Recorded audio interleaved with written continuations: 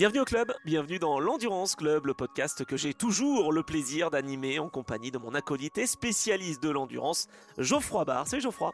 Salut Anthony, bonjour à toutes, bonjour à tous. Et comme j'ai oublié de le préciser en intro, c'est chaque semaine, évidemment, l'Endurance Oui. Club. Et ce week-end, eh bien, on va pouvoir se rappeler que la 64e édition des 24 heures de Daytona se sont déroulées. On va débriefer cette course, évidemment, dans le 92e numéro de notre podcast. 92, ça rappelle un constructeur. Bref, on va tout de suite se lancer dans le vif du sujet parce que c'est une épreuve mythique. Elle lance la saison 2026 de l'IMSA, ce championnat américain d'endurance. On sait qu'il y a beaucoup de constructeurs, notamment Porsche, évidemment. Et comme vous le savez, dans l'Endurance Club, dans ce numéro où l'on va revenir sur les Rolex 24 Hours of Daytona, on va vous donner des chiffres, des infos, des statistiques qui vont vous permettre d'encore mieux connaître cette course, mais aussi le monde de l'endurance qui nous fait tant vibrer et qui a été à suivre en direct, en intégralité sur Automoto la chaîne, et que j'ai vraiment eu plaisir à pouvoir commenter parce qu'il y a eu beaucoup de choses qui se sont passées, et notamment une chose assez insolite. Je vais te parler de 121 tours, Geoffroy. 121 tours, ça t'évoque quoi? Ça, c'est quoi? C'est la période de full coursiero, c'est ça? Exactement, Les c'est 6h33 notre, ouais. c'est notre top question à nous. Ouais. 6h33 d'interruption de Ouais. full course yellow. Non mais alors j'allais dire est-ce que tu as déjà vu ça, mais la réponse est non, puisque c'est inédit. Jamais dans l'histoire des 24 heures de Daytona, il y a eu tant de périodes de drapeau jaune consécutives. Ouais. Non, mais c'était. Bah, après, c'était pour le coup indispensable. Quand tu vois les conditions, autant j'ai du mal avec les Américains qui font souvent preuve de trop de prudence, je trouve. Tu sais, Oui, on connaît la règle, hein, avec les fameux orages, si c'est à tant de kilomètres, on arrête tout. tout Dès à qu'il y a fait. de la pluie, on fait plus rouler dans certaines disciplines, etc. Là, il faut quand même reconnaître que les conditions étaient assez incroyables de brouillard. Ce que je trouve marrant, c'est que j'ai vu que pas mal de gens, alors que ça soit sur le chat quand tu commentais notamment sur Automoto la chaîne, ou même j'ai vu ça sur Twitter, etc. Pas mal de Ouais. gens découvraient que les pilotes ont des spotters à Daytona. Ouais, c'est Et vrai, c'est alors vrai. que On avait une audience aussi finalement puisqu'on était sur YouTube qui était un petit peu plus dans l'envie de découvrir. Et ça, c'est très bien ouais, justement. Et c'est vrai que bah, on n'est pas habitué sur des courses d'endurance à avoir les spotters. On non, sait que dans les courses de NASCAR évidemment ou d'IndyCar, on a ce type de rôle. Et bah en fait, moi c'est vrai que j'avais pas forcément fait le lien avec le risque de brouillard. et C'est vrai oui. que tu vois, même moi, en parlant des spotters, je me suis pas dit que ça pouvait les gêner, et évidemment que si. Bon, après, c'est pas la seule raison qui a fait qu'on a Non, mis comme ça la course en full coursiero. non, mais quand C'est même. parce que oui, c'est parce qu'il y avait du brouillard à la fois pour la visibilité globale et aussi pour les pilotes en bord de piste. Mais le sujet des spotters à Daytona, c'est intéressant parce que en fait, c'est un des circuits où ils peuvent le faire, dans le sens où quand tu es en tribune tout en haut, les spotters se mettent Oui, vraiment tout en haut de la tribune principale. Bah, tu vois, 95, entre 95 et 98% du temps, tu vois la voiture. Le seul endroit que tu vois pas, en fait, c'est le International, je sais plus comment il s'appelle, le International Corner dans le infield, là, tu sais. Là où il y a tous les ah, drapeaux tout au fond. ouais. Là où il y a tous les Ouais, drapeaux des pays. Là, tu le vois pas puisque c'est masqué par le bâtiment central, la salle de ouais. presse et puis la Victory Lane, quoi. Mais sinon, tu vois la bagnole tout le temps. Donc en fait, c'est vrai que c'est un circuit qui s'y prête bien. Voilà. Après, il y a plein de pilotes parce qu'ils ont l'habitude aussi. Les ricains, c'est pareil, hein, c'est un peu cette surprudence d'avoir un spotter. Je trouve ça Ouais, c'est un vrai. peu fou d'avoir un spotter encore en Ah 2026, ouais? mais bon, pourquoi pas. Bah en fait, le spotter, il a pas vraiment le même rôle qu'en NASCAR parce que dans les séries NASCAR, en fait, quand on roule sur ovale, là, je trouve qu'il est vraiment important parce que tu es engoncé dans ton habitat, tu peux pas vraiment beaucoup tourner la tête, un petit peu sur le rétro, mais Mm. pas beaucoup. Tu sais pas si le gars, il est vraiment à ta hauteur, s'il a le début de la voiture qui est juste derrière, enfin, pardon, juste qui dépasse un petit peu l'arrière de la tienne. Et si tu veux te rabattre, bah, tu étais envoyé dans le mur. Donc là, j'arrive à le comprendre. En IndyCar, pareil. En IMSA, je me dis Bah, que quand tu es sur la partie ovale, parce que oui, il l'utilise un petit peu, bon, bah, je veux dire, à un moment donné, le gars qui est derrière, il va essayer de se décaler, mais il va pas se décaler un tout petit peu pour avoir vraiment complètement le side draft. Donc, je suis d'accord avec toi, ça ne sert pas dans cette partie-là, en tout cas, je ne trouve pas. Par contre, ça leur sert pour savoir si dans le trafic derrière, ouais, l'adversaire galère un peu, exactement. si il y a moyen de Oh, pouvoir anticiper l'arrivée sur les retardataires qu'on va pouvoir avoir dans les 2-3 prochains virages. Et je trouve que dans ce sens-là, c'est quand même intéressant. exactement, c'est ce que j'allais dire en fait. J'ai pas les détails exacts et ça varie vraiment par équipe parce qu'il y a la façon de faire entre le spotter et aussi le niveau d'info que le pilote souhaite, mais en tout cas, ce qui, comme tu le dis, c'est que c'est souvent pour anticiper en disant attention, tu vas avoir du trafic avec des GT au virage 6, quoi. En fait, le spotter anticipe le différentiel de vitesse entre, par exemple, un groupe de GT et un mec qui est dans une GTP, et donc il lui dit virage 6, tu vas avoir du trafic. En gros, c'est pour prépare-toi à sacrifier un peu à cet endroit-là, ou alors au contraire, lève un peu pour ne pas les avoir. Enfin, c'est plus un spotter de trafic que de position, comme tu dis. Voilà, exactement. Bon, eh ben voilà, on est vraiment dans le dans le match, dans le game. On y est parti tout de suite. J'ai quand même évoqué Porsche parce que je me suis dit, on va quand même évoquer le constructeur parce que vous le savez, Porsche s'est imposé pour la 21e fois aux 24 heures de Daytona, un palmarès immense qui ne pourra pas être augmenté avec une victoire aux 24 heures du Mans en 2026. Ça, on peut déjà C'est sûr. le dire. Porsche qui arrive à vraiment, encore une fois, prendre l'avantage sur ses adversaires face à Cadillac. C'était pas loin pour Cadillac, mais encore raté. Caramba, encore raté.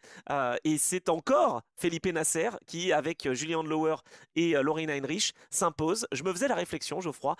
Felipe Nasser, 3 fois consécutif sur la plus haute marche du podium, ici à Daytona. À Mhm. chaque fois, je crois, de mémoire, c'est lui qui passe la ligne et qui fait le dernier relais. Donc il est vraiment, en plus, vraiment en confiance dans cette voiture et Porsche, Penske, lui fait confiance. Mais je me faisais la réflexion, ça fait 3 fois de suite qu'il gagne avec des équipiers différents. Ça prouve quand même à quel point il peut avoir son importance dans les victoires. Qu'est-ce que t'en penses? Ouais, oui, c'est vrai, j'avais pas fait ce. Et ouais, à chaque T'es- fois, il t'es- a des équipiers différents. Ouais, bah ça prouve que effectivement lui, il a bah, il a été recruté par le captain, hein. Enfin, en fait, il a fait comment dire, il a fait savoir qu'il était disponible et qu'il pouvait être présent si puisque Penske prenait en charge le programme Porsche aux États-Unis.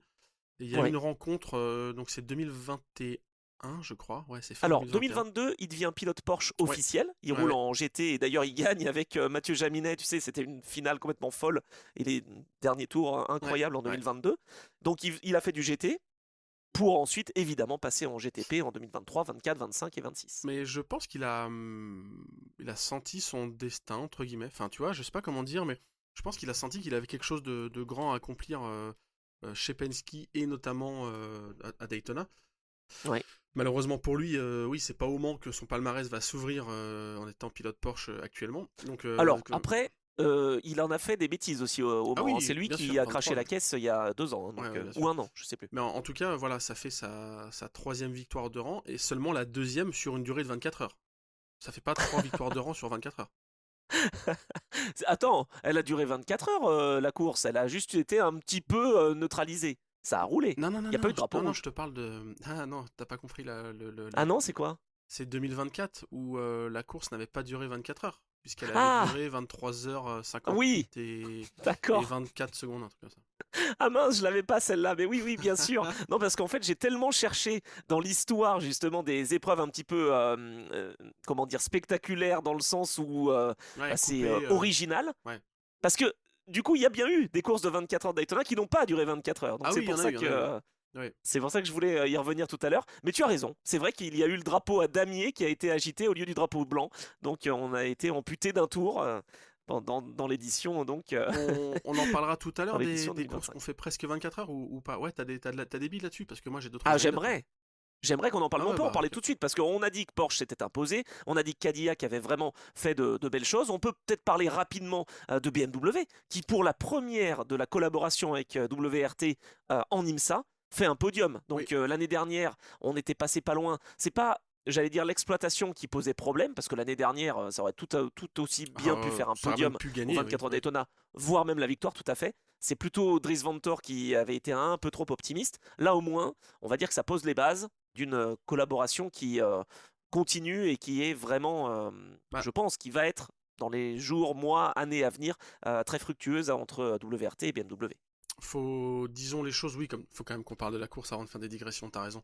Euh, En fait, la Cadillac de chez Wellen, donc la 31, la rouge, a été la Oui, principale force d'opposition au Porsche qui, si on prend, enfin, il n'y a même pas besoin de prendre de recul, si on regarde tout ce qui s'est passé, les essais, l'Aurore, les essais, les qualifs, non, mais globalement, les deux Porsche ont quand même toujours été au-dessus. c'est vrai. Et la principale opposition venait de BM et de la Cadillac de chez Wellen, parce que chez Wayne Taylor, ils ont quand même jamais trop été au niveau. Les Ils Acura, sont on les a pas vus non incroyablement plus.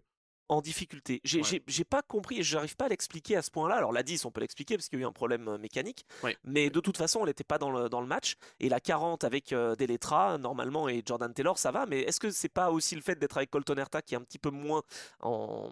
Je sais pas, je trouve en forme. On pourra peut-être comparer et constater avec le B-Pilar, je ne sais pas. Mais voilà, moi je trouve que lui est moins à l'aise au Oui, volant oui. d'une telle auto. Bah, Louis Delettra a tout fait, hein. C'est lui qui fait le départ, qui fait la qualif, qui fait le meilleur tour de la voiture. Donc lui, sa presta globale, elle est bonne.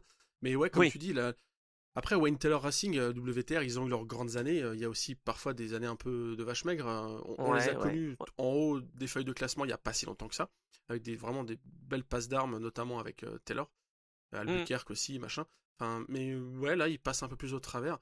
Là, C'est clairement, bizarre, hein. j'ai pas envie de Je me me l'explique lancer pas, dans moi. ce côté BOP, mais parce que ça, ouais, c'est trop facile, je Mais non, pense. mais Mais attends. ce qui Non, est, mais ce qui est c'est sûr, déjà trop c'est non, mais facile. Et les puis Porsche surtout, la les Cadillac Porsche, 31, elle y est, ouais, quoi. les Porsche sont bien, sont fiabilisés, sont machin.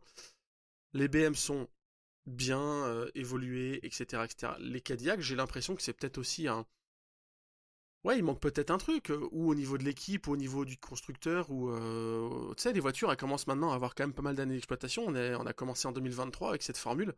Mhm. C'est là aussi où tu peux commencer à sentir les différences de moyens qui sont mis dedans, de développement. Bah, enfin, Porsche, quand même, c'est pas n'importe qui en termes de connaissance de la voiture et de maîtrise technique et de fiabilisation. Là, les Porsche, elles sont incroyables. Enfin, je veux dire, tu Bah, peux, là, on ouais. peut, on peut repartir pour 24 heures. Je pense que Etienne, la 6 et la 7. Hein. Chez Cadillac, Non, et enfin, puis, chez Acura, il y a eu des alertes, tu vois, c'est, voilà. ouais.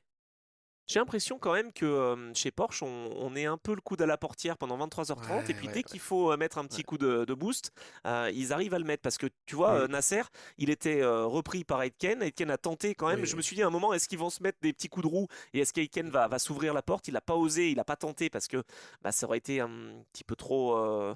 Ouais, un petit peu trop cavalier, je pense. Mais dès que Nasser a voulu reprendre du gap, il a pu le reprendre dans les On, 3 derniers tours, ça m'a bluffé. Il a repris une demi-seconde par tour et hop, 1 seconde 5 d'avance à l'arrivée. on avait un peu le sentiment inversé du final des 24 heures du Mans 2025, où, comme tu dis, je dis pas que la Ferrari devant la 499P avec Robert Kubica était le coude à la portière, mais semblait à l'aise en tout Oui, cas. oui, oui. Et derrière, bah, ils bourraient tout ce qu'ils pouvaient avec la Porsche pour Oui, essayer de revenir. Et là, Etken, que j'aime, vous le savez, pour son côté spectaculaire et casseur de voiture, je commence à de plus en plus l'apprécier pour son pilotage, enfin, pour bon, alors son engagement. j'espère Et qu'avec voilà. Bamber et Bourdet, en WEC, ça va le faire, hein. Franchement, j'ai bien aimé. Et là, on sent qu'il a tout donné. Et ça a été assez fair. Enfin, je veux dire, Nasser, évidemment, Nasser, il a gagné, il a le montre, donc il va pas dire le contraire. Mais en gros, il dit qu'il y a eu une belle bataille et qu'il a trouvé ça. Que voilà, derrière, vraiment, ça pressait et que ils ont donné le meilleur chacun. Oui, j'ai l'impression aussi que la Porsche était à l'aise et que. Mais bon, ils font pas le doublé, hein. Ils ont pas non plus marché sur l'épreuve. La Alors, deuxième et la non, mais quatrième, parce donc bon. on s'est demandé un moment si s'il y avait eu des consignes de course. Alors pas Ouais, moi, ouais, ouais, mais ouais, ouais. je sais qu'Adrien Pavio en a parlé, qui avait peut-être eu, comme l'année dernière, une envie de figer des positions. Moi, j'y crois pas trop. Je pense vraiment qu'il y a eu un problème sur la 6 et qu'ils ont essayé de rattraper ce qu'ils pouvaient. Et d'ailleurs, Kevin Estre a été mis dans la voiture à la fin. Non pas, contrairement à ce que je pensais, parce que je me suis un peu enflammé, hein. J'ai dit, ah, vous l'avez écouté ici, il va passer, machin. Bon, en fait, non. Il n'est pas passé. Spoiler, non. Donc, désolé pour ça, je me suis enflammé, mais parce que c'est un Français. Et je pensais qu'il allait, au vu de son talent, pouvoir revenir. Mais en fait, ce qu'il a fait, c'est parfait, puisqu'il s'est replacé dans la bonne consommation d'énergie virtuelle, parce qu'ils en ont mis un petit peu moins au stand pour essayer de limiter le temps passé à l'arrêt. Et il a donc dû faire du lift and coast pendant 4, 5 tours pour revenir dans la même énergie disponible. C'est très très fort, hein, quand même. En 3, 4 tours, il s'est recalé sur la 7 et la 31, mais malheureusement le mal était fait. Il ne pouvait pas aller au-delà des limites et donc il ne pouvait pas aller à fond et faire exprimer son talent. Donc il termine 4. Mais encore une fois, hein, cet équipage Van Torres, Campbell, je pense que sur le papier, on ne sait pas ce que ça aurait donné avec Nasser, mais je pense que ça pouvait aller chercher la victoire dans les derniers instants en face à face avec la 7, quoi, tu vois. Donc voilà, je me dis que Porsche, effectivement, était un petit peu au-dessus du lot. Ouais. C'est- J'ose le dire. Acura, décevant. Voilà, ils ont fait des petites erreurs aussi d'exploitation, j'ai trouvé. En termes de stratégie, c'était peut-être pas toujours au rendez-vous. Et en revanche, voilà, Cadillac a tout fait, mais c'était l'effet inverse de ce qui s'est passé au Mans l'année dernière, comme tu l'as si bien dit. Ils pouvaient pas faire grand-chose à Aitken à part mettre la pression et espérer une erreur de Nasser. Ça me frustre pour Kevin Estre parce que Ah, moi aussi. Vantore a déjà gagné en 25 et Matt Oui, Campbell a déjà gagné en 24. Donc en fait, c'est vraiment lui dans ce trio-là qui aurait été qui aurait ouvert son compteur. ouais. Et parce que les trois autres, bon, Nasser, tu l'as dit, donc c'est sa troisième, mais Julian Handlauer, c'est sa première, et Lorraine Heinrich aussi. Pour sa deuxième course en LMDH, c'est quand même assez. Enfin, en hypercar, c'est quand même assez fort. C'est vrai Mais que c'est ouais, dingue. ouais, Il a ouvert le bal enfin, son bal ouais. en WEC avec l'épreuve de Bahreïn. Et tout de suite, il est quand même dans le rythme, moi je trouve, hein. Oh, ben, j'ai Franchement, pas de Lorin doute, hein. Heinrich. Lorraine Heinrich, j'avais pas de doute, hein. Bah ouais, bon après il a déjà gagné, il connaît l'IMSA, je veux dire, il a déjà gagné le titre avec Mm. Rexy et l'équipe AO Racing, la Porsche, avec une très belle dentition qui d'ailleurs a été arrachée, on y reviendra peut-être, le pare-choc avant qui a été complètement arraché sur un petit contact, il a fallu rentrer au stand pour cette voiture, donc c'était un peu compliqué. Je veux bien quand même te laisser faire la petite top digression directement. Oh, top Ouais. digression, t'as vu, je le fais en American. On voulait parler de quelle Oui, digression? Je me souviens les même plus. courses qui ont pas forcément duré Ah 24 voilà. heures, c'est ça? Oui, oui. Ouais, en fait, non, bah, j'ai une petite anecdote, c'est sur 76, parce Ah, que. oui. Ça, tu l'as, non? Je voulais en parler, mais je te laisse le dire parce que peut-être que je me suis trompé. En fait, en 76, il y avait un. C'est la. Non, c'est pas la première sur. Non, c'est pas la première sur 24 heures, c'était 66. Mais 76, en gros, il y a un problème au matin, je crois. Alors là, Oui. allez tout vérifier parce que j'ai plus tout. Je voulais en mettre dans l'ordre, mais voilà. Mais en 76, en gros, il y a un problème de pas mal de voitures qui ont des soucis pour repartir des stands, qui sont bloqués en bord de piste parce que le moteur ratatouille. Enfin, il y a pas mal de. Étonnant, quoi. Il y a un espèce de Oui. mal qui contamine plusieurs voitures Dont le et leader. dont le leader et surtout ouais donc t'as l'anecdote et du coup voilà à la fois de la 3 litres CSL à la fois des Porsche, enfin en fait c'est pas que un constructeur qui a un problème quoi. Et en fait ce qui se passe c'est qu'il y avait un des camions de ravitaillement, enfin un des camions citernes qui transportent le carburant, dans lequel il y avait de l'eau qui s'était mélangée au carburant, ce qui fait que les voitures qui étaient Incroyable. ravitaillées par ça bah, avaient des problèmes de carburation, enfin de ouais, je suis pas un spécialiste, mais Ouais, ouais. je me doute Moi bien non que, plus, enfin, on mais. se doute bien que de l'eau dans le carburant, ça marche pas, ça marche moins bien. Et donc, ils ont volontairement interrompu la course par drapeau rouge Oui. pour permettre de purger ça. Enfin voilà, parce que c'était clairement un problème de la part de l'organisateur, quoi. C'est incroyable. Et donc le drapeau rouge de mémoire, donc c'est bon, on a bien la même anecdote, a duré 3 ou 4 heures, non Ouais, c'est 3 ça, heures, 3 et heures. Ouais, et on ouais. est reparti après 4 heures de pause, quoi, j'allais dire. Mm, Et par contre, on est reparti à genre 15. C'est pas toutes les voitures ne sont pas reparties. Et donc Brian Redman a réussi à s'imposer avec Peter Gregg et John Fitzpatrick sur BMW. Et j'aurais voulu la citer cette anecdote même à l'antenne parce que je l'avais préparée avant. Si BMW s'imposait, parce que tu vois, les années en 6, on a fait un épisode avec enfin, on a fait une question, pardon, une top question sur les années en 6. Elles sont quand même remarquables, hein, parce qu'il y a 76 justement où BMW s'impose avec la distance la moins élevée de ah, j'avais l'histoire pas des ça. 24 heures avec seulement 3368 km Ok. au compteur. Mais et la course, parce que j'ai vu des gens qui disaient, mais pourquoi ils les font rouler? Ça sert à quoi de rouler là? On a eu 6h33 de full course yellow. Alors, chacun a sa vision là-dessus, et c'est un peu comme aux 24 heures du Mans, on a eu pareil une année où c'est 2024, c'est ça, non? Où on a eu je sais plus combien de temps derrière la voiture de sécurité. Je crois Bah que c'est 2024, ouais. ouais, c'est ça, non? C'est 24, ouais. Mais Il me semble, j'ai dit le centenaire, je crois, au micro, mais c'était bien 2024. Ouais. ouais, le truc c'est que tu peux mettre un drapeau rouge, et à Daytona c'est déjà arrivé à cause de la météo, du Ah, brouillard, c'était oui. en 2000, en 89, et il y a eu plein d'interruptions en 2004, la pluie. Il y a eu aussi 2019 où il y a eu beaucoup de pluie et la course a été interrompue après la 22e heure et on n'est pas reparti. Donc on Ouais, a fait 2011 miles, donc 3200 km. Et il y a eu aussi une autre édition. Ah oui, pardon, je vous ai dit que 76 c'était la plus courte. C'était l'une des plus courtes. C'était la troisième plus courte, pardon. 2019 c'était plus court puisque ça faisait quelques kilomètres de moins. C'était de l'ordre de 100 kilomètres de moins. Et 2004 où conditions météo difficiles, ouais, pluie battante, beaucoup de crash, on a fait que entre guillemets 3000 km et donc 1872 miles. ouais, mais voilà, après le propre d'une course d'endurance, c'est aussi d'endurer les phénomènes climatiques, météorologiques, etc. Donc, moi, je trouve ça En fait, on est parti pour une course, voilà, il est 13h40 Daytona, on lance la course pour 24 heures, bah, roulons 24 heures. Et si à un moment, c'est trop dangereux, à cause du brouillard par exemple, on met une voiture de sécurité, on met un full coursiello, mais on n'arrête pas la course. Enfin, moi, en fait, je pars du principe qu'on a quand même des voitures aujourd'hui assez modernes, sécuritaires, assez de data pour tout comprendre. Roulons 24 Mhm. heures, en fait. Quitte à rouler, Mais là, c'est ce que... c'est plus une course, on est d'accord, pendant 6h33, il n'y a plus de course, quoi. Elle a été Oui, amputée d'un quart, mais l'épreuve.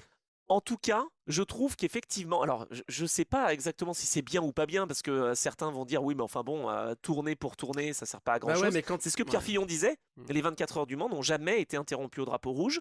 Les 24 heures Daytona l'ont été, Ouais. on l'a dit, en 2019 et d'autres rendez-vous, mais c'est vrai que c'est la seule course de 24 heures, à ma connaissance, les 24 heures du Mans qui n'ont jamais été interrompues. Je trouve que ça perd son charme, tu vois, au Nürburgring. Je sais que c'est peut-être trop Ouais. difficile et que même à vitesse limitée, on peut se faire piéger, mais tu mets un drapeau rouge à 22 heures, bon allez, on va se coucher, on revient à 6 heures. C'est nul. Bah les... Non mais franchement. Alors Ouais, ok, on peut dormir, super, j'ai mais c'est connu, nul. ouais, j'ai connu des éditions des 24 heures du Nürburgring, ouais, assez compliquées. Je sais plus quand c'était, je sais pas si c'est 2015 ou... Mais où, ouais, oui, voilà, où comme tu dis, on vous tient au courant. À l'époque, c'était on vous tient au courant d'ici 30 minutes, on fait le point d'ici 30 minutes, Ah oui, et non, non, voilà. moi je te parle de l'édition, c'était quand? Attends, je vais Ouais, dire une ouais, non, bêtise, mais bon, récemment, en nos fait, maintenant, spécialistes, ils ont mais dit, bon, bah, on 23, coupe, 24 ou on se retrouve 25. à 8 heures. Ok, bah, Ouais, d'accord, c'est pas ça. de problème. Bon, mais il y a du brouillard, allez, salut, hein. Ouais, non, je suis d'accord, c'est un peu... Mais voilà, c'est marrant, parce que, oui, Daytona a une position... Enfin là, il y avait la vague de froid aux États-Unis, donc je pense que c'est un effet de ça, j'imagine, hein, que Tout c'est à un fait, peu une tout conséquence à de fait. ça. Euh, Daytona a quand même cette particularité de proposer ou une météo bien ou une météo éclatée. Enfin, il y a des éditions où il faisait des températures négatives la nuit. C'est pas parce que t'es en Oui, je me Floride qu'il souviens. fait chaud, quoi. Donc, C'était. Non, c'était. Bah, puis attends, on est en janvier, c'est normal. C'était en 2021, je crois, c'est Simon Pagenaud qui le disait. C'était une édition ultra difficile pour faire chauffer les pneus ouais, parce que c'est justement, ça. des températures négatives, on ne s'était pas préparé. Avec, à l'époque, je crois que c'était encore le format où il n'y avait pas de course préparatoire parce qu'il y a eu 2 années. Hmm. On a eu une course, le Oh ouais, Motul, c'était je nul sais plus ça. combien de distance. Ouais, c'était nul. Ouais, j'avoue. Pour faire la grille de départ. Et donc, du coup, il disait que c'était vraiment très difficile quand c'était température négative. Bon, je crois qu'on a été complet sur la catégorie GTP. Enfin, complet, je ne sais pas, mais en tout cas, Porsche s'impose. Julien Lower, bravo, parce que Ah ouais. victoire française, mine de rien, c'est le 10e seulement, entre guillemets, français à s'imposer au général. Faut que j'update ma stat, hein, parce que chaque année, je te disais qu'il y en avait 9. Et ben, enfin, depuis Simon Pagenaud. Et ben, ça y est, Julien Lower entre dans la cour des grands. Et c'est vrai que je te rejoins. Le fait de ne pas voir Kevin Estre au Oh ouais, c'est palmarès et de fou. voir Julien C'est Lower fou. avant, c'est fou. C'est fou, mais c'est fou de pas l'avoir au palmarès des 24 heures du Mans, quand même, aussi. Mais non, mais carrément, Ouais. c'est... Alors on l'a, mais en catégorie Kevin Estre, Oui, bien aux sûr, bien 24 sûr. heures du Mans, si je dis Bah, pas de bêtises. oui, Ouais, oui, ouais. oui, c'est vrai.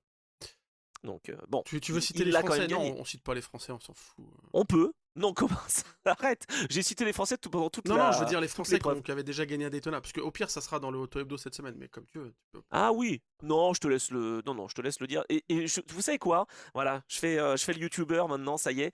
Vous allez pouvoir cliquer sur le lien de la semaine dernière où j'en parle et je les cite les 9 autres. Voilà. Je croyais que Hein, c'est pas mal ça. tu faisais une imitation de Guillaume Play, je croyais, avec les... Vous allez cliquer sur... Ah, les Il liens y a des liens qui sont cliquables.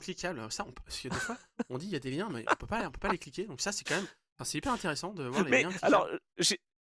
je confesse, je n'écoute pas Légende, Ah. donc je ne sais pas si vraiment il est comme ça. Mais par contre, je suis d'accord avec lui. Si on parle de liens sur Insta, je suis dégoûté. Ils sont pas cliquables, ces punaises Bah de si, liens maintenant, sur ça va Insta. l'être. Enfin bon, je te montrerai. Ah, Ouais. bon d'accord. Ah, donc c'est bon, il y aura des liens cliquables. Eh bien, cliquez sur le lien cliquable, mesdames et messieurs, et répondez à la top question de la semaine qu'on va vous proposer tout à l'heure. Bon, euh, on a parlé des deux Français, parce que oui, il n'y en avait que deux des Français qui étaient engagés en GTP sur cette édition. Par contre, en LMP2, moi j'aime bien cette catégorie, donc je voulais vraiment en parler. Il y a eu du suspense, et j'y ai cru jusqu'au bout pour Tom Dillman. Il échoue à 5 secondes 5 seulement de la victoire avec l'équipe Inter Europol Compétition. J'ai pas compris comment CrowdStrike Racing APR a réussi Hmm. sa stratégie par rapport à la voiture d'Inter Europol, la deuxième en fait, avec Smikowski, Kolovos, Cassidy et Nolan Siegel, parce qu'ils étaient, j'ai cru hein, en tout cas, sur le même nombre d'arrêts et dans la même fenêtre. Il s'avère que c'était peut-être pas le cas.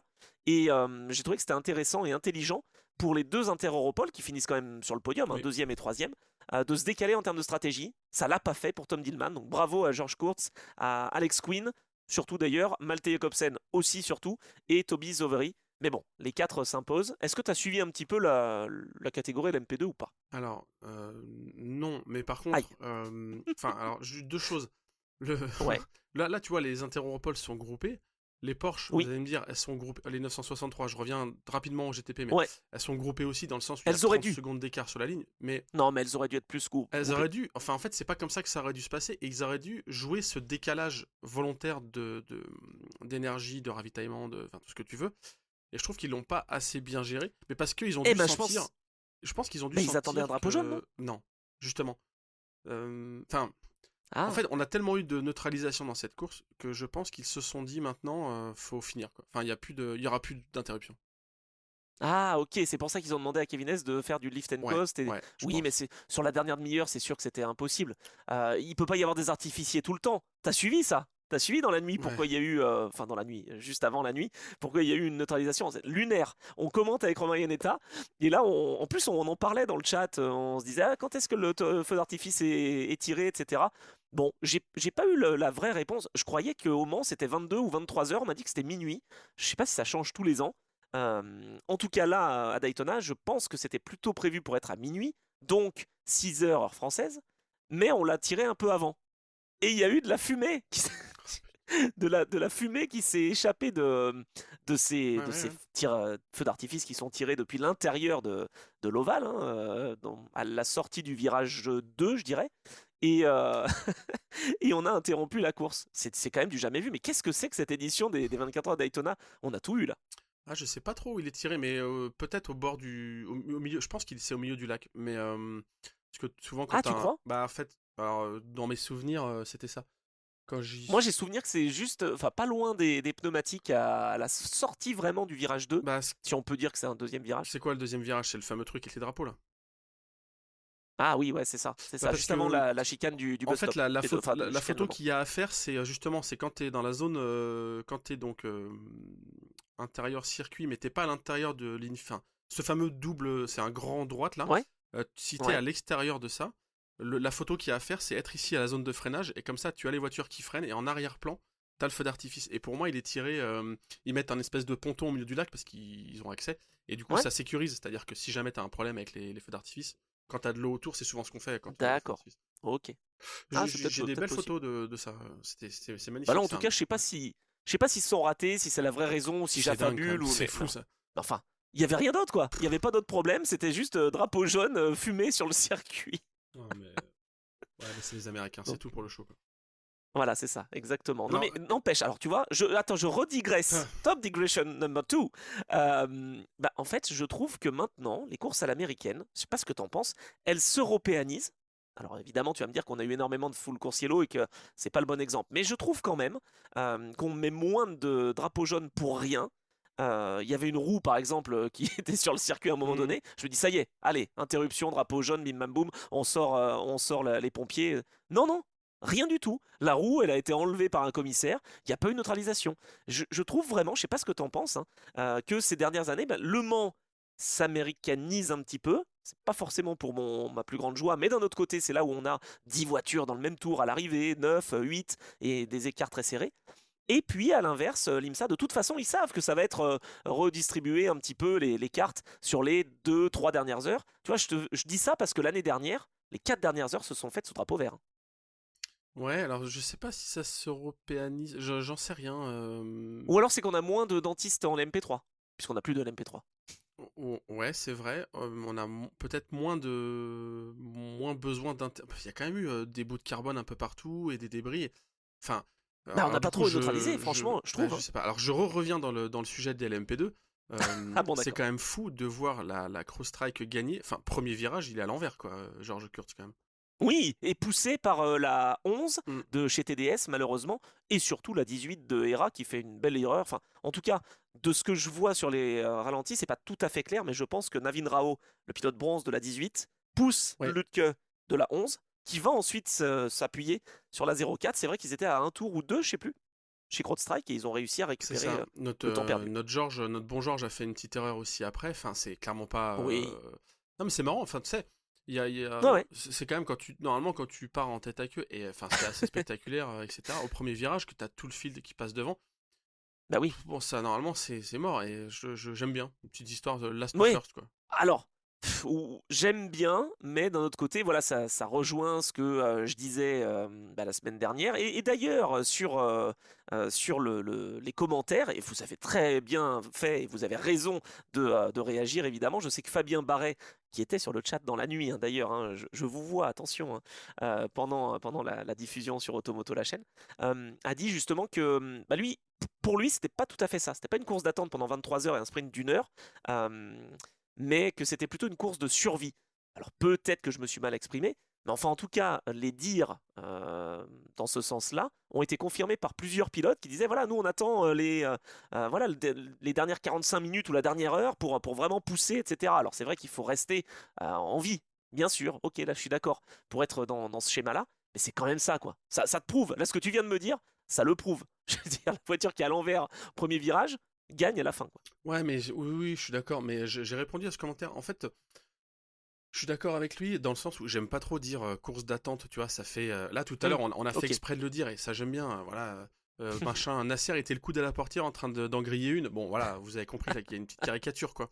Mais par contre, dire que c'est une course d'attente, je sais pas, parce que... Enfin, ça veut dire que... Si tu dis ça, ça veut dire que tu Hmm. balayes d'un revers de la main toute notion de...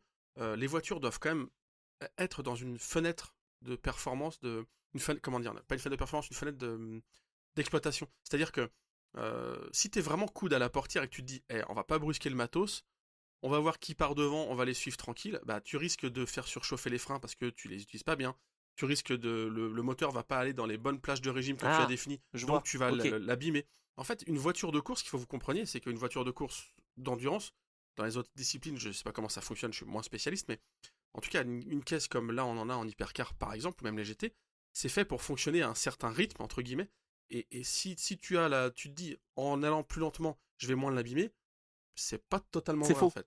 Ouais. Ouais, c'est vrai. Donc c'est pas C'est tant de c'est vrai ce l'attente, que tu c'est dis. plus du... en fait, ok, je comprends la notion. C'est de la On gestion. C'est de la attend, gestion. on attend que... on attend qu'on nous libère, quoi. C'est un peu ça. C'est pas on Ouais. attend en termes de rythme, c'est vraiment on attend le final pour être encore plus... Non, Voilà. ouais, d'accord. Ce qu'on peut se dire, c'est que, allez, on peut ne pas dire une course d'attente, on peut dire une course où les pilotes vont attaquer à 95% Oui, si tu veux, et ne voilà, pas c'est aller ça. tutoyer la limite. Voilà, c'est pas de l'attente, Oui, c'est d'essayer de maximiser le chrono sans aller prendre tous les risques pour ne pas faire la petite erreur le justement chrono, la conso, pas qui aller serait chercher les catastrophique. vibreurs de manière inutile, pas avoir de contact, et c'est ce qui d'ailleurs ils ont eu hein, sur la Porsche numéro 6, ils ont eu un contact avec une LMP2, je refais le lien avec le P2, mais tu vois, le trafic Bah à oui. Daytona c'est un enfer. Le Mans, le trafic, ouais, il y a toujours la zone de l'enchaînement des virages Porsche qui est compliqué, Oui, mais mais tu ça patientes et va, après le c'est bon. trafic c'est pas le plus gros problème au Mans, quoi. Non, mais là d'ailleurs, c'est ce que me disaient les pilotes que j'ai eu la chance de pouvoir avoir en interview pendant la course. Alors j'ai souvent eu des pilotes GT, parce que c'est vrai que je voulais Ouais. pas trop embêter. Kevin S, je pense qu'il nous aurait répondu, mais j'avais pas tellement envie de l'ennuyer pendant une course si importante pour lui, pour sa carrière, etc. Mhm. Donc j'ai plutôt opté, je dis pas qu'elle n'est pas importante pour les pilotes GT, c'est pas ça, mais comme en GT, bah voilà, il y a quand même 4 pilotes, généralement, alors que chez Porsche, il n'y en avait que 3. J'ai pu avoir Sébastien Beau, par exemple. Et Sébastien Beau, de l'équipe de Van der Steuer, disait que justement, comme il découvrait ces 24 heures, il découvre aussi l'Aston Martin, parce qu'il n'a pas roulé avec cette voiture en WEC l'année dernière. C'était difficile, justement, et ça on le sait, hein, de se concentrer à la fois sur ce que tu dois faire bien pour prendre tes trajectoires, pour maximiser ton rythme, etc. Toujours avoir les yeux derrière face à tes adversaires Voilà, de la c'est ça que je catégorie veux dire, GTB exactement. et Oui. puis le LMP2 et le GTP qui arrivent comme des fous. Donc il y a d'ailleurs un pilote qui s'en est plaint. Qui est-ce? Mince, je me souviens plus. Il y a eu une réaction qui m'a marqué où un pilote à l'arrivée, eh ben, c'est un des vainqueurs, donc je sais plus qui le dit, mais ils sont complètement dingues, ces pilotes GTP. Ils prennent des risques incroyables. C'est vraiment très très difficile de pouvoir, Partager la piste euh, avec eux. comment dire? Ouais, voilà, exactement. Je sais plus qui en parle. Ok, bah c'est de la Bon, course en bref. fait, hein. Ouais, voilà, c'est ça. They race me so hard, comme disait Alexander Albon en Formule 1. Ouais, Is it racing or is it ping-pong, quoi. Enfin, vraiment, voilà, enfin, Voilà, c'est ça. enfin, on est là pour rouler, quoi. Ouais, bon, moi j'étais là pour faire du ping-pong ce week-end, mais enfin bon, ils voulaient rouler, alors on les a laissés. Donc voilà, un petit mot comme ça, mais c'est vrai que c'est important de le souligner aussi à chaque fois, voilà, cette cohabitation sur la piste.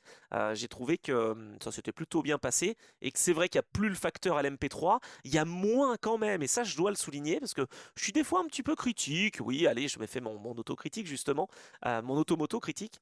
Euh, les pilotes bronze sont de plus en plus préparés, je trouve. Ils font de moins en moins d'erreurs, et en LMP2 notamment. Et ils ont pris vraiment à bras le corps cette responsabilité qui est de ne pas faire d'erreur et de ne pas créer des drapeaux jaunes intempestifs. Alors je te dis ça et Navin Rao s'est raté au premier frein, mais en même temps c'est tellement difficile de faire un départ correct où tu dois à la fois garder ta position ou en gagner, ne pas ben justement te faire piéger avec les freins qui sont froids et les pneus qui sont froids. Enfin, tu vois, j'arrive à comprendre que ce soit une potentielle erreur qui puisse arriver. Mais voilà, globalement, je sais pas si tu es d'accord avec ça, mais les pilotes bronze, je trouve, Oui, oui, oui. travaillent de plus en plus et font de moins en moins d'erreurs. Ah, mais je suis d'accord. Et puis surtout, Daytona, c'est quand même hyper intimidant. Alors bon, on va pas faire un classement des circuits les plus intimidants. Évidemment, la Nordschleife, je pense, c'est leur catégorie. Mais quand même, Daytona, il y a, comme tu dis, quand tu lances le paquet, et encore, les Américains sont quand même, je trouve, très efficaces pour lancer en plusieurs vagues. Mais, Ouais, enfin, on le fait aussi en wake maintenant, mais voilà. Mais le premier virage avec donc freinage en virage, parce que tu peux difficilement freiner de droit. Enfin, c'est compliqué le premier freinage quand même. Il faut que tu emmènes la caisse oui, un peu sur le frein. Et ensuite, c'est un double gauche, enfin très compliqué. Et quand tu as toute la meute et que c'est le premier freinage, franchement, bon, je suis pas pilote, ça se sait. Mais je suis pas sûr que j'aimerais vraiment y être quoi, derrière le volant à ce moment-là. C'est quand même hyper compliqué ce passage, quoi. Et on a une ouais, belle ouais. image d'ailleurs hein, en GTD, la Porsche, je sais plus quelle équipe, là, qui s'éclate contre le muret de pneus. Ça, c'était sublime, hein. Oh là là là là, mais alors voilà. Bon, alors j'ai parlé des pilotes LMP2 bronze qui font des progrès. En GT, C'est la première course là à eux, on là. prend. C'était. Comment il s'appelle Bah oui, mais j'allais dire on prend vraiment n'importe qui, mais enfin on n'en est pas loin. C'était Eric Ah, Zidza. Je c'est sais ça. pas qui Ouais. c'est, il a zigzagué et Ah, bah, elle était ouais, on peut nulle. le dire. C'est pas grave, Là, Zidza. mais Ouais, bon. incroyable. Alors attends, je dis ça parce qu'il s'en sort bien, qu'il s'est Ouais, pas fait bah, mal. Mais enfin, évidemment, roue c'est pour ça que arrachée, j'en euh, plaisante, quoi. il- c'est incroyable. Il tape le mur. Cela dit, je me suis toujours dit que c'était dangereux, ce muret là. Oui. Alors heureusement, il y a trois pneus qui se battent en duel là pour protéger. Ouais, mais il a aucun intérêt, Mais ce c'est mur, hein. vrai que Il a aucun intérêt. ah, si, tu sais, le seul intérêt que je vois, parce que il y a une année où justement un des pilotes s'est fait piéger, quand tu sors des stands, t'as les pneus froids, tu peux aller tout droit, et parce que t'es trop optimiste, tu vas trop vite, et hop là, et là tu croiserais la piste. Ouais, enfin, Et ben, je pense que c'est, regarde aux ouais, 24 heures du je Mans, pense que par c'est le seul exemple, intérêt. on a plus. Enfin, 24 heures du Mans, ça sort direct et c'est en piste. Et en plus, c'est dans la courbe d'un lobe, quoi. Donc, Ah ouais, mais ouais, ah c'est pas la même chose. Là, le virage il est quand même vachement serré. ah oui, oui. Je parle pour les pilotes qui sont sur la piste, et donc quand t'es dans la voie d'insertion ou d'accélération des stands, ah tu peux vraiment te faire piéger. Donc je pense qu'il est intéressant ce mur, mais il faudrait le mettre un peu plus long quoi. Oui, Je sais pas, ou alors trouver bah, une solution. clôturer la voie des stands, sauf que tu ne peux pas puisque c'est la NASCAR qui. Mais Bah, non, ils ouais ouais. font chier la Non, NASCAR. il y a pas de solution. Mais Non, mais c'est vrai, ils font chier ouais, c'est parce quand que même quand même la dur. chicane Le Mans, enfin ça aussi, maintenant il y a plus un brin d'herbe. Enfin, je veux dire, bon, on Oui, va pas faire un podcast. Vous me retrouvez dans le podcast la nature et moi.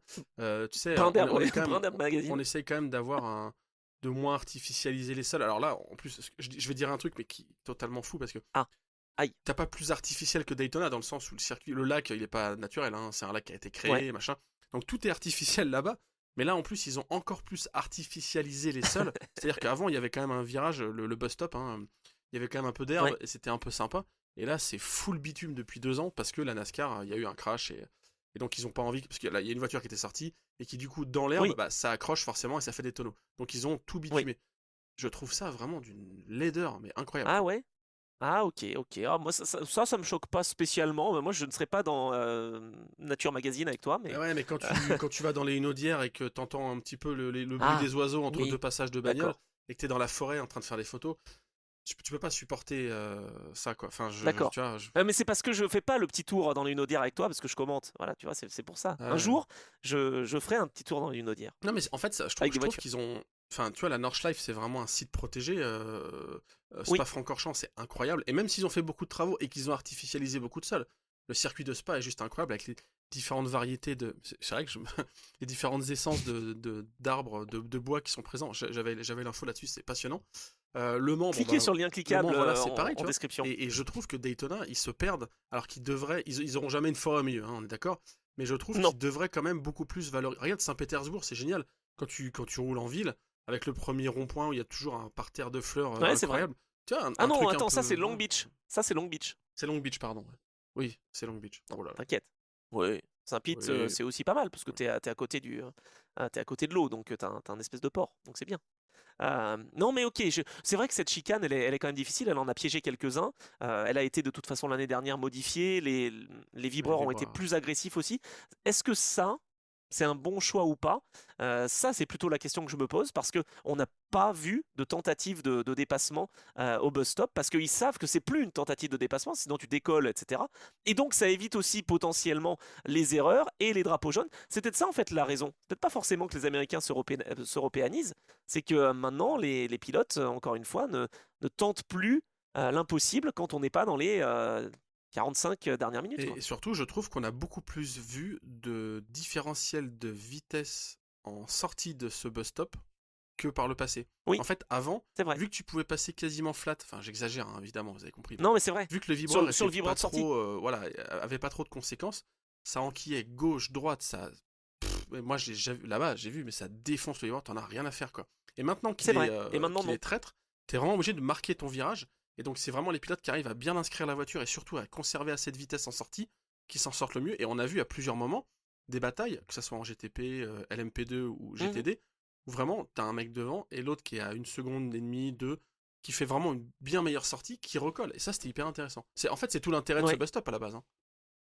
C'est vrai, et on l'avait un petit peu perdu. Oui, Bah voilà, ouais, tu vois, donc j'avais même pas ça en tête, mais je trouve qu'effectivement, je m'étais pas expliqué pourquoi, mais il y avait un petit peu plus de phénomènes d'aspiration, exactement. de pilotes qui ressortaient un peu moins bien, etc. Donc ouais, bah voilà, tu vois, ce bus stop, je l'aime bien. Enfin, Ah ouais, cette j'aime chicane beaucoup. Le Mans, Moi pardon. j'aime beaucoup, c'est la chicane Le Mans, ouais. Bah, non, mais version vibreur agressif, etc. Tu vois. Finalement, j'étais prêt à te dire que je regrettais l'ancien parce que j'aimais bien les attaques de Kevin Magnussen à l'intérieur comme un fou qui allait Ouais, taper son adversaire. Ou alors même, tu vois, pas plus loin que 2022 avec Mathieu Jaminet et et Vantore, Lorenz bien Vantore, hein.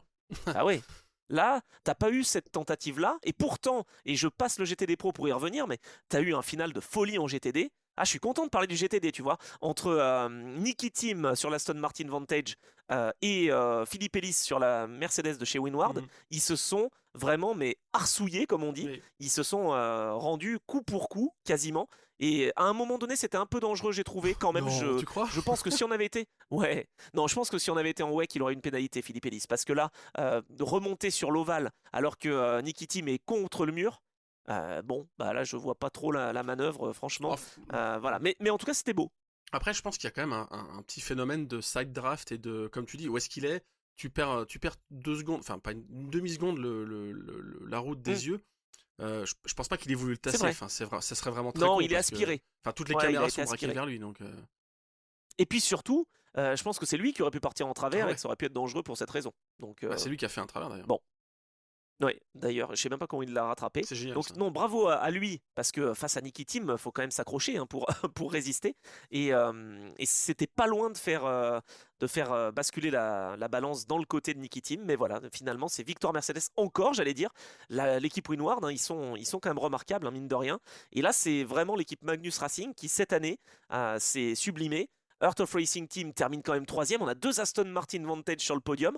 Et on a un Doudou Barrichello qui monte donc sur le podium à Daytona, même si on sait que ce sont les vainqueurs qui sont plutôt récompensés. Mais j'ai trouvé qu'en GTD, c'était assez intéressant comme scénario. Alors sur la fin, évidemment, je voyais bien la Ferrari numéro 21, t'as raison, hein, avec Lilou Wadou, avec Antonio Focco, le nouveau pilote officiel Ferrari Mosca, et puis Marine, mais il termine 5 à seulement 34 secondes. Ouais, voilà, c'est ça, ils sont dans le tour, mais. Oui, non, j'ai bien aimé. En vrai, le GTD. De toute façon, quand tu regardes des courses IMSA, faut aimer le GT, hein, parce que c'est quand même le gros du plateau. On va dire que c'est un. C'est C'est vrai. quoi? C'est un Ah 2 bah oui, tiers, parce un qu'il y a tiers à quoi? peu Il y a près 20, entre les protos et les. 21, Donc bon. 21 et 15, ça fait 36 voitures sur les 60. Ouais. Bah non, mais c'est plus que la moitié. Ouais, voilà, donc oui, c'est pas 2 tiers, un tiers. Mais ouais, j'ai bien aimé. Ce qui est aussi, on peut faire un débrief rapide GTD et GTD Pro. Oui, euh, oui. j'ai l'impression qu'avant, j'avais beaucoup d'infos, je trouvais beaucoup de gens qui disaient que les Corvettes, de toute façon, étaient comme les Porsche. La BOP, c'était pour eux, voilà, c'est les Américains, ils vont gagner, c'est sûr. Bah, en fait, non, quoi. Attends, j'y ai cru. Mais moi aussi, bien Avec sûr. Romain Moi Iannetta, aussi. ils étaient premier et deuxième, et ils étaient assez largement premier et deuxième. Il y a eu un souci sur la Corvette numéro 3 qui fait qu'elle termine à 25 tours. Mais les Corvettes, normalement, elles auraient Et dû se retrouver devant. les Mustangs ont Sauf été que... solides aussi. Et pareil, on se Ah oui. disait, de toute façon, voilà, Ford maintenant ils mettent des ronds, ils vont arriver en hypercar, donc ils sont favorisés. Bah ouais, enfin, ça gagne pas non plus, quoi. Mais alors, j'avoue que en commentant la course, on s'intéresse beaucoup plus au GTP, déjà la réalisation, etc. Et du coup, on comprend pas la dernière heure en GTD Pro Non, parce que quand tu vois le classement, non mais c'est oui, vrai, oui. il y avait la Porsche de Monte qui se battait pour la victoire, il y avait la Mercedes de Maro Engel qui finalement termine 2 et qui se battait bien pour la victoire derrière la BMW, mais qui était dans le match, et puis la Chevrolet Corvette. Là, on retrouve la Corvette numéro 4 en quatrième position justement, la Porsche numéro 911 en cinquième position, à 45 secondes, et la Mercedes qui se battait face à elle, deuxième, derrière la BMW. Je n'ai rien compris à cette dernière heure de course en GTD Pro, Bah bienvenue franchement. dans. Non mais oui, bah c'est fréquent. Non mais Alors c'est c'est c'est bien, un hein. problème qu'on peut avoir quand on suit des courses d'endurance où tu crois. Enfin moi ça m'est Ah arrivé plein oui. de fois et des éditions des Hmm. 24 heures du Mans où ça va, on arrive quand même à recoller les morceaux parce que c'est un peu différent. Et notamment la réalisation est bien meilleure. Réalisation catastrophique, je trouvais, à Daytona cette année. Bref, c'est une parenthèse. Mais Ah oui, alors je sais pas si c'est cette année, mais c'est vrai que... Alors déjà pendant la non, mais les nuit, caméramans surtout. Enfin, en maintenant fait, ça le y est, mec qui était j'ai justement dans ce l'habitude. infield là, dans les deux trois premiers virages, le nombre d'actions qu'on a Ouais. manqué, c'est incroyable, quoi. Ah, franchement. C'était Jean-Michel à peu près. Ah ouais, non mais ouais, ce que je voulais dire, c'est que oui, il y a des courses qui sont compliquées à comprendre, enfin, dont l'issue est compliquée à comprendre. C'est-à-dire que tu peux avoir, et là c'était un Ah peu, oui. là par exemple, tu vois, ça serait pardon, je reviens en GTP, mais la Cadillac qui gagne, bah, va l'expliquer en fait. Enfin, elle a pas mené un tour ou quasiment pas. C'est les deux Porsche qui étaient tout Ah, le temps devant, mais d'où ça sort en fait, quoi, tu vois? On aurait pu l'expliquer en disant d'accord. que justement c'est une Ouais. course d'attente, etc., etc. Mais ça reste quand même un peu le fait qu'ils aient toujours ces interruptions, ces full course yellow, ces machins, font Oui, que ça la rebat les vraie cartes. course ne peut pas se dérouler. Et donc du coup, parfois tu peux avoir un résultat qui est compliqué à expliquer. Et c'est plus souvent le cas dans les sous-catégories parce que quand même devant, comme tu l'as dit, les Porsche à un moment ils ont enclenché la 6 et en fait Hmm. ils en avaient encore sous le pied, quoi. Ouais, ouais, c'est vrai, c'est vrai. Non, après, ce qui peut s'expliquer quand même sur cette première victoire pour l'équipe Paul Miller Racing, hein, mine de rien, avec cette BMW, c'est aussi sur la stratégie, parce que sur la fin de course, ils étaient plus en gestion. Je pense qu'ils se sont décalés à un moment donné.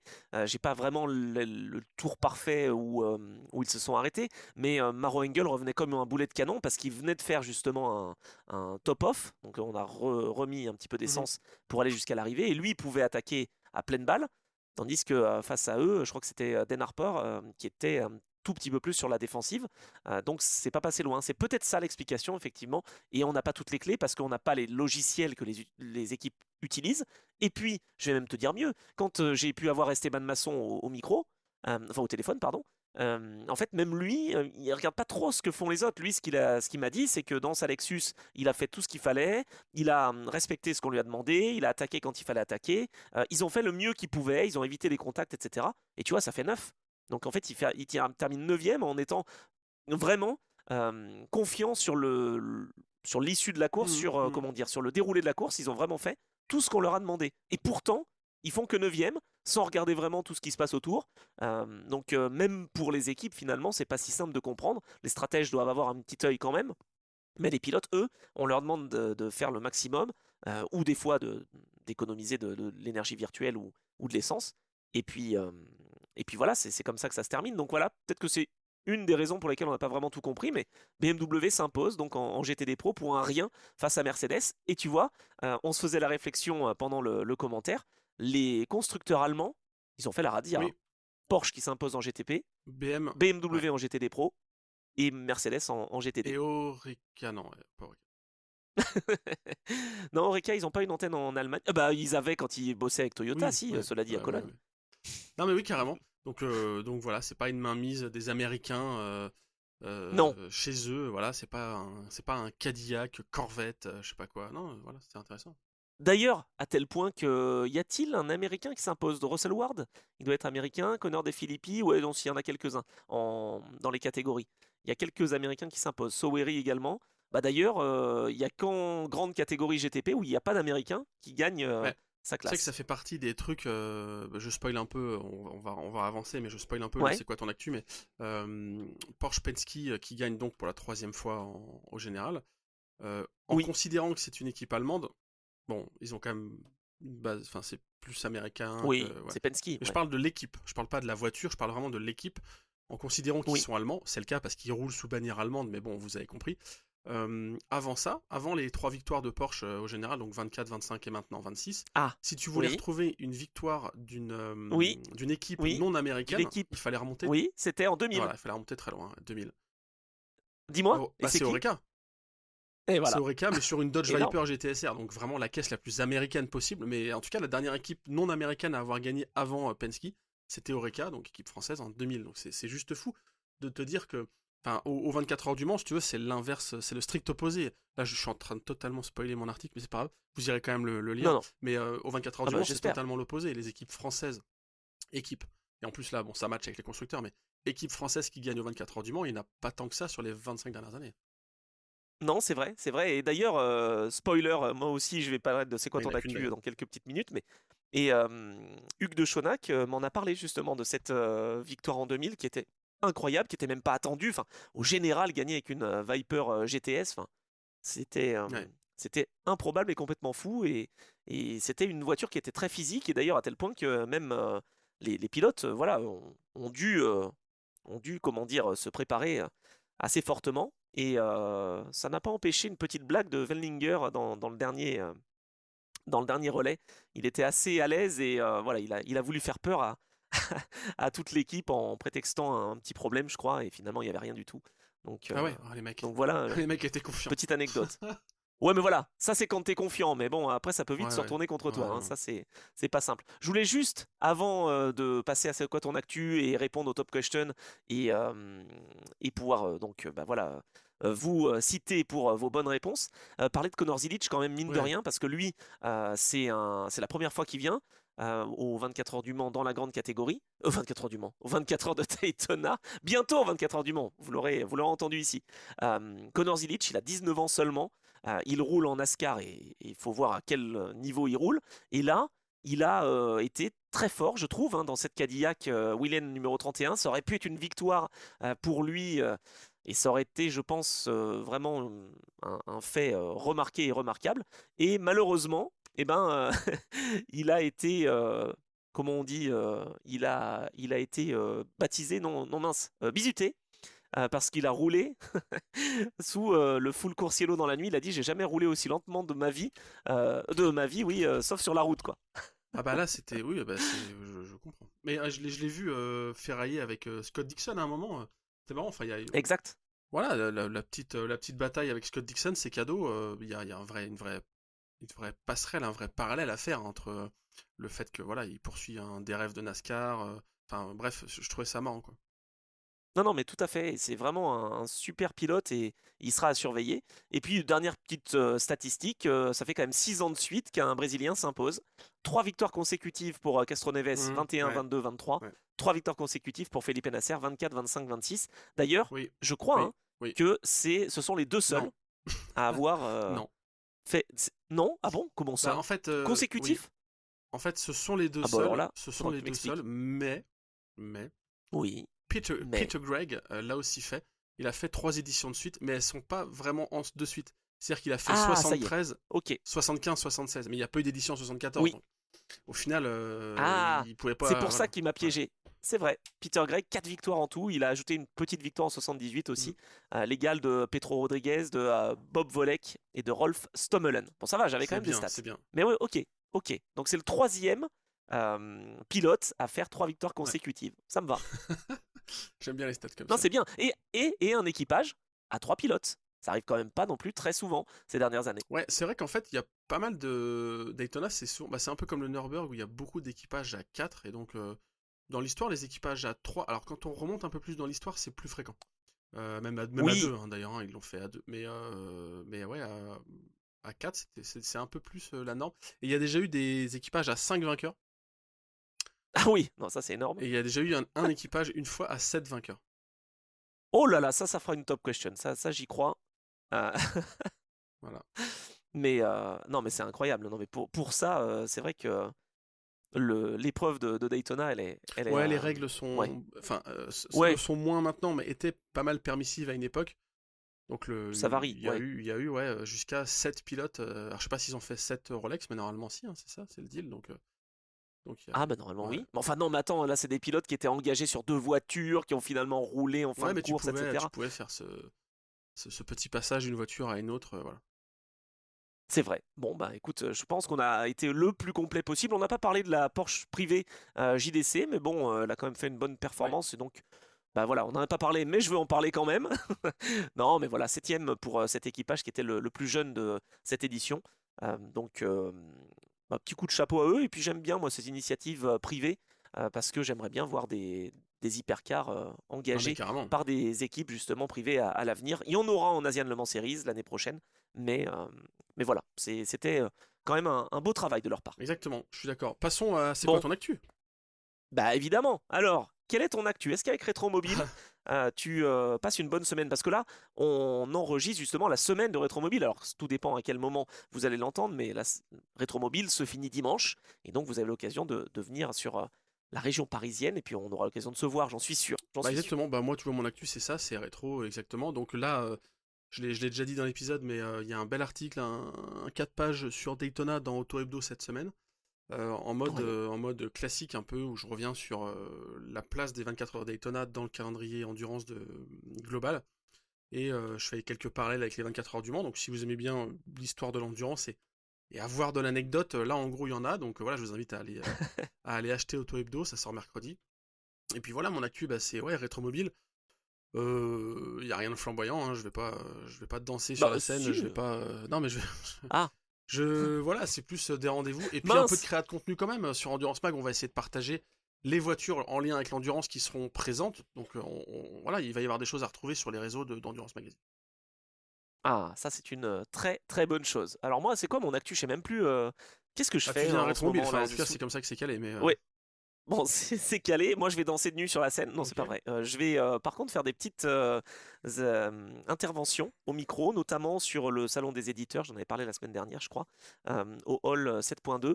Et puis voilà, on va se retrouver. On va aller quand même retrouver quelques belles autos, notamment certaines qui ont marqué l'histoire des 24 heures du Mans. Et on espère bien pouvoir prendre encore quelques notes, quelques stats pour pouvoir Exactement. enrichir ces prochains épisodes de l'Endurance Club. Donc c'est vrai que ce week-end, ça a été costaud, hein, parce que j'ai fait à la fois les 24 heures de Daytona bah, de nuit, c'est le relais classique, j'allais dire, et ça c'était vraiment super de pouvoir avoir l'interaction avec tous les internautes sur le chat YouTube. Et puis j'ai commenté du ski alpin aussi, et c'était assez intéressant, mais physiquement, c'était prenant. Voilà. Fais une petite sieste, camomille sieste. Voilà, Camomille Sieste. Non, ce week-end, je crois que je fais aussi du commentaire. Ça doit être du saut à ski sur Eurosport, en plus de Rétromobile évidemment, et de quelques entretiens sur scène, comme je viens de le dire. Bon, ben voilà, en tout cas, une belle actu pour nous deux. Et donc, la Top Question était en lien avec cette actualité, puisqu'à l'occasion de Rétromobile, eh bien, on a parlé de vente aux enchères. Et donc, on le disait, la semaine dernière, deux voitures d'endurance des années 80-90 sont en vente et elles ont un lien avec les 24 heures du Mans. Donc, on voulait vous demander lesquels et on vous a demandé quoi? Un petit peu plus d'infos sur les pilotes, j'imagine, non? Je sais plus ce Non, que je me souviens plus ce qu'on a dit. on avait tout simplement demandé lesquels étaient-ce, qui sont vendus Bon, d'accord. Bon, on a été par gentil. Arcurial dans la vente Automobile Legends, parce qu'en fait, il y a plusieurs ventes. Donc celle-ci, pour être précis, elle est pas dans Rétro, elle est à l'Hôtel Ouais. Peninsula. Mais c'est dans le cadre de la semaine de Rétromobile, quoi, qu'ils organisent ça. Mais c'est bizarre quand même parce que c'est peu souvent finalement que les ventes ne se fassent pas Non, mais dans il Rétromobile. y en a C'est une, mais peut-être. c'est pas Arcurial, c'est, D'accord. je sais plus, j'ai bouffé le nom. Mais Non, parce ouais, qu'il y en a d'autres justement qui sont aussi ailleurs. C'est peut-être aussi le fait que à Rétromobile, on soit dans le hall 7 cette année, oui, puisqu'il y a des travaux dans le grand ouais. hall. et qu'il y a peut-être un petit peu moins de place, j'imagine. Ouais, il Bon, y a ça. j'ai Puis pas il la y a aussi réponse. souvent des ventes comme ça qui sont organisées en parallèle. Donc les deux voitures, vas-y, alors dis-nous ce que Oui, c'était. alors, Ou je le dis. la première. Alors déjà, je vais citer les bonnes réponses. Hugo Cornier. D'ailleurs, j'aurais un petit mot à dire Ouais, à Hugo parce qu'il faut il viendra à absolument. la fin du cours, Bah oui, Hugo. Ouais. voilà. Non, non, justement, un mot gentil. Il n'a pas osé venir me voir à Savenay. Il était au cinéma où la projection du film se faisait, mais lui était en famille et regardait un autre film. Et il m'a vu et il n'est pas venu. Ah là là, quel dommage, Hugo. Faut oser. Il n'y a aucun problème et on peut se retrouver et se rencontrer. Voilà, j'ai même parlé avec plusieurs internautes justement. Voilà, il n'y avait pas de risque à venir me voir. Donc la prochaine fois, promis Hugo, on le fait. Donc lui a la bonne réponse, Jules Mag également, et Fen65 aussi. Je crois que Panos 81 n'avait pas joué. Voilà, lui c'est plutôt les courses modernes qui l'intéressent. Donc Hugo, Jules et Fen6 ont bien répondu. La première voiture qu'on voulait vous faire deviner, c'est la Lancia LC2 qui a débuté en compétition en 83 et la voiture, la Venturi Mhm. 600S LM, châssis de 95, je crois. Ouais, c'est une caisse qui a fait 2 fois le Mans. Elle a tenté de le faire 3 fois. Mais c'est une caisse qui a fait deux Ah fois oui, le Mans, 93 et 95, je dirais. Je sais plus, j'ai plus l'info. Je l'ai oui, écrit. oui, oui. 95, c'est sûr. 93, il y a eu Mais elle était beaucoup de en. Venturi à l'époque. Ouais. Bah, c'était cette époque où il y avait moins d'engagés aux 24 heures du Mans, il faut bien le dire. Elle était en 500 LM à la base, et 93, après la 95, et après elle a tenté d'être. Elle s'est pas qualifiée, mais ils ont tenté en 96, donc elle a un sticker à l'intérieur. Elle a un sticker Le Mans 96, mais en fait elle a pas disputé la course, ils ont pas réussi à passer les qualifs. Ah, c'est Et intéressant la ça. LC2, Donc belle c'est pas bagnole, faux. hein.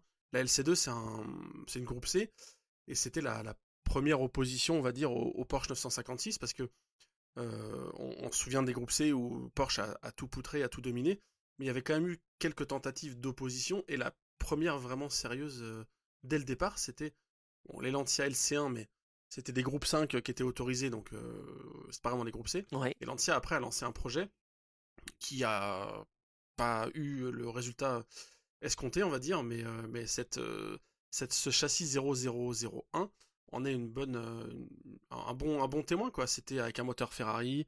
Enfin voilà, il y avait plein de choses hyper intéressantes, quoi. Il y a eu Andruet sur celle-ci, enfin voilà. Mais oui, Andruet, Paolo Barilla, Oui, les qui pattes, a les ensuite pattes. gagné sur Porsche aux 24 Ouais, heures du Mans, Alessandro Nannini quand carrément.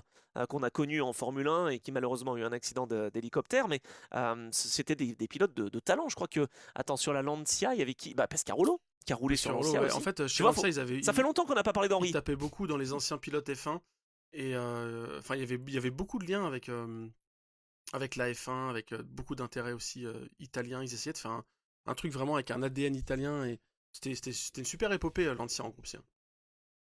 Et donc, bah voilà, elle sera en vente, en tout cas un châssis sera en vente et vente également de la Venturi 600 SLM. Donc voilà, bravo à tous les trois pour ces belles réponses justement. Et c'est toujours sympa d'avoir vos réactions, vos retours. J'ai parlé de Fabien Barret tout à l'heure, mais voilà, Anthony qui est ravi des Endurance Club, bah merci, et Yveline également, la Grande Pive, Vincent Guérin, voilà, que j'ai rencontré aussi à Savenay, Florian, Ludo, Vincent, Hakim, bon, vous êtes nombreux. Autoportrait, bah, Ricardo aussi, voilà, ça permet de faire des rencontres aussi. Et puis, vous aviez donné vos pronostics. Ah si, Panos qui a quand même. Ah pardon, désolé, Panos 81, il a raison. Ah oui, ça m'étonnait aussi.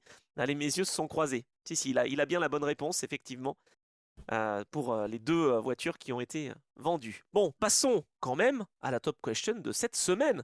On est encore en passe d'atteindre les 1000, hein. Road to 1000, on rappelle, pour gagner la Spiker, voilà, en modèle réduit, puisque justement, bah, on veut continuer de faire grandir ce club et grâce à vous, eh bien, on y arrive. Alors, pour faire grandir ce club, il faut répondre à des questions. Voilà, ça c'est comment dire, notre contribution et notre contrepartie.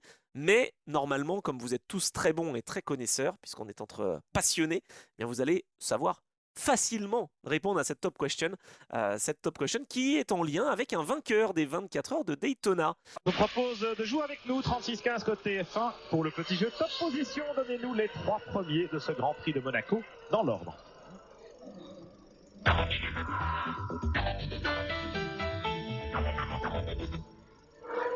de cette édition. Il est français, il s'appelle Julien. Julien Delaware s'impose. Ça, vous le savez. Ça, c'est bon. Puisque Ça, c'est bon. Ouais. ça, c'est bon. Ça, c'est acté. C'est donc le 10e français à s'imposer dans l'histoire de cette épreuve. Ça faisait partie un des 12 français engagés dans cette édition. Et c'est pas sa première victoire sur une durée de 24 heures. On veut savoir les autres victoires qu'il a eues sur des courses de 24 heures. Avec l'équipe, ça serait pas mal. Et puis voilà, on n'en dit pas plus. Parce que sinon, je vais en dire trop et que après ça va être trop facile. Top. Voilà, Voilà. top question. Quelles autres courses Victoire sur 24 heures. Sur 24 heures, parce qu'il en a gagné plein. Mais sur 24 heures. Oui, sur une durée de 24 heures. Voilà. Il en a gagné d'autres. Donc on veut tout savoir de la carrière de Julien Delaware qui, à si jeune âge, finalement, a déjà un très beau palmarès. Donc voilà un petit peu la question qu'on a voulu vous poser. Vous avez remarqué qu'on est en action-réaction. Hein. Là, il se passe un truc le week-end, paf, la top question est en lien. On fait les liens, exactement. On nous a reproché de pas le faire, alors maintenant on va le faire. Alors maintenant c'est bon. Ah, maintenant c'est bon. Non, on nous a pas reproché, mais on s'attendait à avoir une top question sur les jeux vidéo. Voilà, bon. Je la ferai à un moment random. Quand on fera une émission qui a rien à voir, je ferai un truc sur les jeux vidéo comme ça. Ah, pas mal. Ça, je veux bien. Bon, en revanche, sur vos pronostics, vous êtes aussi bon que nous, puisque personne n'a répondu comme il faut, ou en tout cas n'a mis la voiture numéro 7 en tant que victorieuse. En LMP2, il y avait de l'Inter-Europol pour Apex Predator, pardon. Il y avait la 99 pour XM Tizen. Il y avait... il y avait de la Winward, si quand même, bravo. Apex Predator a fait un bon prono sur la Mercedes numéro 57 en GTD. Voilà, donc c'est pas mal. C'est pas mal, effectivement. Il y a au moins un qui a été bon. Et puis Rogaral. Oh là là, mais j'ai vraiment les yeux qui se croisent ce matin. Rogaral a répondu à la bonne question aussi à la top question. Donc voilà, pareil que Panos81, Jules Mag, Fensis et Hugo Cornier. Bon, bah, je crois là pour le coup, on a essayé d'être complet. Bien sûr qu'on aurait pu faire encore plus long, mais non, voilà, pas cette fois. Non, c'est bon. On a fait le tour du sujet. On a bouclé la boucle. On a bouclé la boucle et à haute vitesse. Et la semaine prochaine, on vous parlera de l'Asian Le Mans Series. Donc pas de preview sur le week-end qui va se passer, puisque là c'est ce week-end que l'Asian Le Mans Series a lieu. Mais on aura un épisode sur le retour. Pas du Jedi, mais retour sur les 3e et 4e manches de la saison et présentation des 5e et 6e manches, puisque ça va s'enchaîner. Hein. Les 2 week-ends consécutifs vont donc être avec de l'Asian Le Mans Series pour clôturer cette partie hivernale, puis ensuite se lancer, pour nous en tout cas, dans la préparation de nos petites notes pour le WEC, pour le LMS. Pour l'instant, on n'a pas toutes les infos qui sont sorties sur les engagés. Aux 24 heures du Mans, on ne les a pas encore. Ça sera au courant du mois de février, je pense. Oui, c'est souvent février, exactement. Ouais. Fin février à peu près. Et puis la liste aussi officielle de l'ELMS, mise à jour, finalisée et ficelée, et ben ça, on l'attendra aussi et on fera des épisodes particulièrement dédiés à ces courses. Évidemment, vous nous connaissez, puis on aura des épisodes historiques. Enfin bon, bref, c'est l'Endurance Club et pour nous retrouver, vous le savez, c'est toutes les semaines sur les plateformes, sur YouTube et Road to 1000 sur YouTube, mais Road to plein de commentaires et Road to les étoiles sur les plateformes de podcast, évidemment. On compte sur vous aussi et on sait que grâce à vous, bah voilà, ça fonctionne et de plus en plus. Donc super et merci pour vos commentaires. Enfin voilà, ça fait chaud au cœur, Geoffroy, c'est toujours sympa. Ça fait plaisir d'avoir des bons retours, ça fait plaisir aussi d'avoir quand il y en a des retours constructifs, des suggestions, non mais c'est vrai, c'est important, n'hésitez pas à le faire aussi, on n'est pas là pour ça. Hein. Tu sais, j'allais dire on est à votre service, non en fait on fait notre émission et ça vous plaît ou ça vous plaît pas. Mais oui, ça vous plaît c'est mieux. Moi, je suis détaché par rapport à ça. Non mais voilà, on est preneur évidemment de suggestions, d'améliorations, de pistes, etc. Ça fait toujours plaisir. Ouais. Ben voilà, c'est ça, c'est un peu le débrief que font les pilotes avec les ingés. Ben voilà, nous on le fait avec vous. Et si c'est possible d'ajuster, on ajuste. Et puis sinon, on n'ajuste pas. Et c'est vous qui ajustez. Voilà, en cliquant ou non. mais en tout cas, c'est toujours un plaisir de se retrouver chaque semaine donc pour parler endurance. L'Endurance Club sur Endurance Mag aussi, évidemment. Et sur toutes les plateformes et sur YouTube. Bonne semaine, Geoffroy. Ben, au moment où l'épisode sort, on sera ensemble, hein, je te le dis. C'est ça, on sera rétromobile. Donc je te salue en virtuel, mais on te saluera en réel aussi. Et si vous êtes sur place, n'hésitez pas. All 7.2 généralement, sinon vers des vendeurs, voilà, type quoi moi je serais toujours à côté de bagnole, je sais pas. Ouais, on sait pas trop endurance. encore, mais ouais, voilà. Des voitures d'endurance, C'est pas mal. Merci beaucoup. Et puis, à très vite donc pour de nouvelles aventures et pour des aventures asiatiques pour l'Asian Le Mans Series la semaine prochaine. Salut Geoffroy. Salut, salut! Salut tout le monde.